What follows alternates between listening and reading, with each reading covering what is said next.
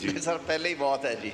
जी sir इसमें जो briefing में आया है जी कि हेपेटाइटिस प्रोग्राम जो है वो 2005 में प्राइम मिनिस्टर साहब ने उस वक्त के वज़ीर आज़म ने शुरू किया। प्राइम मिनिस्टर हेल्थ प्रोग्राम जो हेपेटाइटिस प्रोग्राम था, और 2011 में सर जो डेवोल्यूशन प्लान में ये सारा सूबों को मुंतकिल हो गया, लिहाजा फेडरल लेवल पर कोई बाकायदा प्रोग्राम नहीं था उस हवाले से आफ्टर द डेवोल्यूशन, क्योंकि हेल्थ डिवॉल्व सब्जेक्ट था।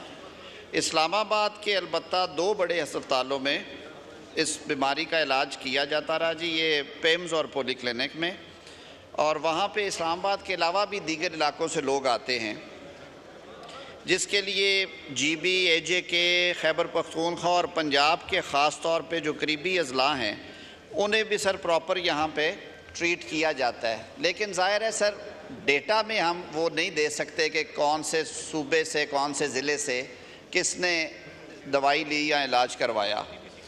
अब सर कल वज़ीर आज़म साहब ने एक मेगा प्रोग्राम का आगाज़ किया है जी। प्राइम मिनिस्टर साहब ने, शहबाज शरीफ साहब ने इसके बारे में कल बाकायदा इसकी लॉन्चिंग भी कर दी है जी।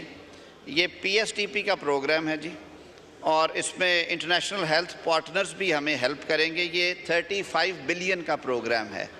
आपने जैसे लाहौर में देखा सर, वहाँ पे किडनी एंड लिवर ट्रांसप्लांट के लिए हॉस्पिटल बनाया गया था। तो एक बहुत बड़ा प्रोग्राम जो है वो फेडरल कैपिटल में शुरू होने जा रहा है। कंप्लीट कॉम्प्रिहेंसिव प्रोग्राम है जिसमें सर डायग्नोसिस भी है और इसमें ट्रीटमेंट भी शामिल है।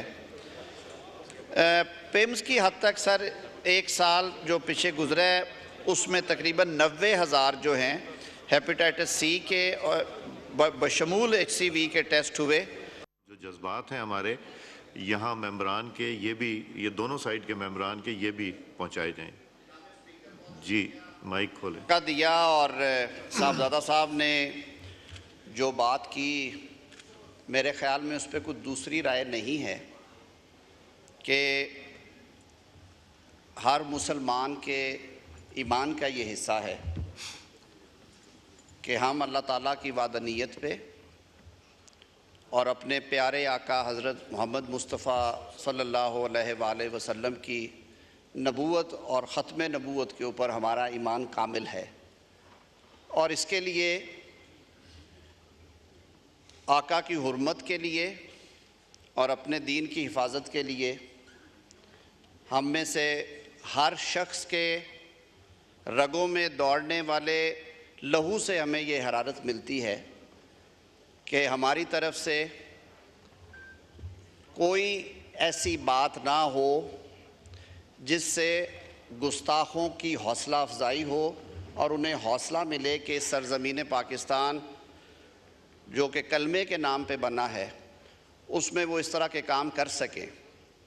लेकिन मेरे ख़्याल में जब बात आइन और कानून के दायरे में आती है तो हम सबको एक बाशऊर और एक संजीदा शहरी होने की हैसियत से ये भी फ़र्ज़ है कि उसको पहले देखा जाए, पढ़ा जाए, डिस्कस किया जाए और उसके बाद इसके ऊपर राय दी जाए। मेरे भाई हैं, मुझे याद है मेरे कुछ साथी जो हैं इनके उस्ताद भी रहे हैं, साहबजादा साहब के लॉ पढ़ा भी है जनाब ने। 295C के हवाले से जो बात अभी कर रहे थे, मैं सिर्फ एक वजाहत, क्योंकि फ्लोर ऑफ हाउस पे हुई है, बतौर वज़ीर कानून मेरा ये फ़र्ज़ है। साहब 295C सिर्फ आका मोहम्मद मुस्तफ़ा सल्लल्लाहु अलैहि वसल्लम की ज़ात के हवाले से, बाकी सेक्शंस हैं PPC में, लेकिन मैं एक तस्हीह करना चाहता था। इन्होंने बात की आइन को रीराइट करने की, ये बात भी दुरुस्त है और मैं कानून के तालिब इल्म की हैसियत से ये बात समझता हूँ कि अदालत को, चाहे वो अदालत आलिया हो या अदालत उज़्मा हो, उन्हें आइन की तशरीह का इख्तियार जो है वो तो पूरी एक ब्रॉडर कॉन्स्टिट्यूशनल स्कीम में है, लेकिन आइन को रीराइट करने का या आइन की हैयत तब्दील करने का या आइनी शिकों में लिखी हुई चीज़ों को एक नया रंग देने का इख्तियार नहीं है। और इसी वजह से ये बहस बड़े अरसे से चली आ रही है माजी में भी कुछ ऐसे डिसीजंस आए और फ्यूचर में भी आएंगे कि under the colour of interpretation of the constitution तशरीह करते करते हम कई दफ़ा आइन रीराइट कर देते हैं। मिसालें आपके सामने हैं। आर्टिकल 63A के बहुत से जो क्या कहते हैं विक्टिम्स हैं वो इस मुल्क में हैं कि जिसमें ये लिख दिया गया फैसले में कि जी वोट डाला जाएगा, गिना नहीं जाएगा और डिस्क्वालिफिकेशन भी होगी। मैं इस मौजू के हवाले से कोई मुतनाज़ बात नहीं करना चाहता। उन्होंने कहा कि इसे डिस्कस करें। जी बिल्कुल करना चाहिए। इसे लॉ एंड जस्टिस की कमेटी में अगर आप रिफ़र करते हैं किसी स्टेज पे वो ज़रूर देखें। लेकिन ये बात भी हमें संजीदा और बाशऊर शहरी होने की हैसियत से देखनी चाहिए कि आया रियासती निज़ाम की मौजूदगी में किसी को ये हक़ हासिल है कि वो कत्ल का फतवा जारी करे और वो भी मुनसिफ़ आला के बारे में। ये चीज़ें भी हमें डिस्कस करनी हैं। और इसलिए मैंने कहा कि जब ये बातें हम करते हैं, हमारे सीने मुनव्वर हैं। हमारे माँ बाप ने हमारी तरबियत की है आका की ग़ुलामी के लिए, जाने हाज़िर है हमारे प्यारे आका के लिए। लेकिन जब ये मामला आइन और कानून का आए तो फिर जज्बात के साथ थोड़ा सा शऊर और अकल से भी सर हमने सोचना है। इसीलिए मैं अर्ज़ करूँगा कि ये एक ऐसा इशू है जिस पे सारे ईवान की एक राय है। ये राय भी है कि आका की हुर्मत पे अगर आँच आएगी तो आवाज़ भी उठाएंगे, हाथ भी उठाएंगे। लेकिन ये राय भी है कि अकल और होश के साथ पहले चीज़ को पढ़ा जाएगा, देखा जाएगा, फिर ये रियासत की जिम्मेदारी है कि उस पर वो अमल दरामद करे।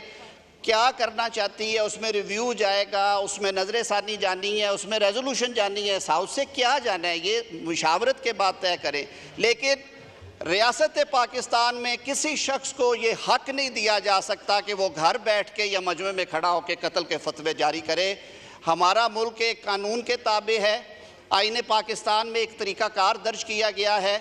इसके ऊपर रियासत की ज़ीरो टॉलरेंस होनी चाहिए। आज कोई एक ज़द पे है, कल को कोई एक और ज़द पे होगा, तो हमें इस पर भी बड़ी क्लैरिटी के साथ खड़ा होना पड़ेगा।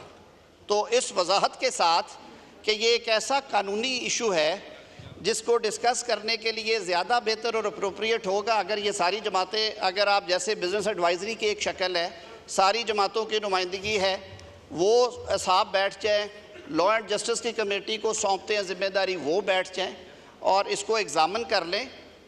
कई दफ़ा पहली रीडिंग में जब हम चीज़ें पढ़ते हैं, मेरे बड़े सीनियर लॉयर्स उस्ताद भी बैठे हुए हैं यहाँ पे, सारी उम्र इसी काम में गुजारी। कई दफ़ा फ़र्स्ट रीडिंग में आप वो मीनिंग्स नहीं ले पा रहे होते। तो ये सारे एंगल्स हमें देखने चाहिए। सर ये एक बड़ा ज़िम्मेदार ऐवान है, एपेक्स फोरम है, मुल्क का सबसे बड़ा इदारा है पार्लियामान में। हमेशा कहता हूँ यहाँ से जो बात जनाब स्पीकर हो वो मुस्तनद होनी चाहिए, वो शरीयत के, आइन के और कानून के मुताबिक होनी चाहिए। हम सब के जज्बात एक जैसे हैं, लेकिन जो मेरी अर्ज़ ये होगी सब दोस्तों को कि इसे एक दफ़ा एग्ज़ामिन कर लिया जाए, उसके बाद इस पर एक रेजोल्यूशन पास की जाए। वो अब 4 दिन बाद हो सकती है, 2 दिन बाद हो सकती है, जो ये हाउस डिसाइड करे। बहुत शुक्रिया।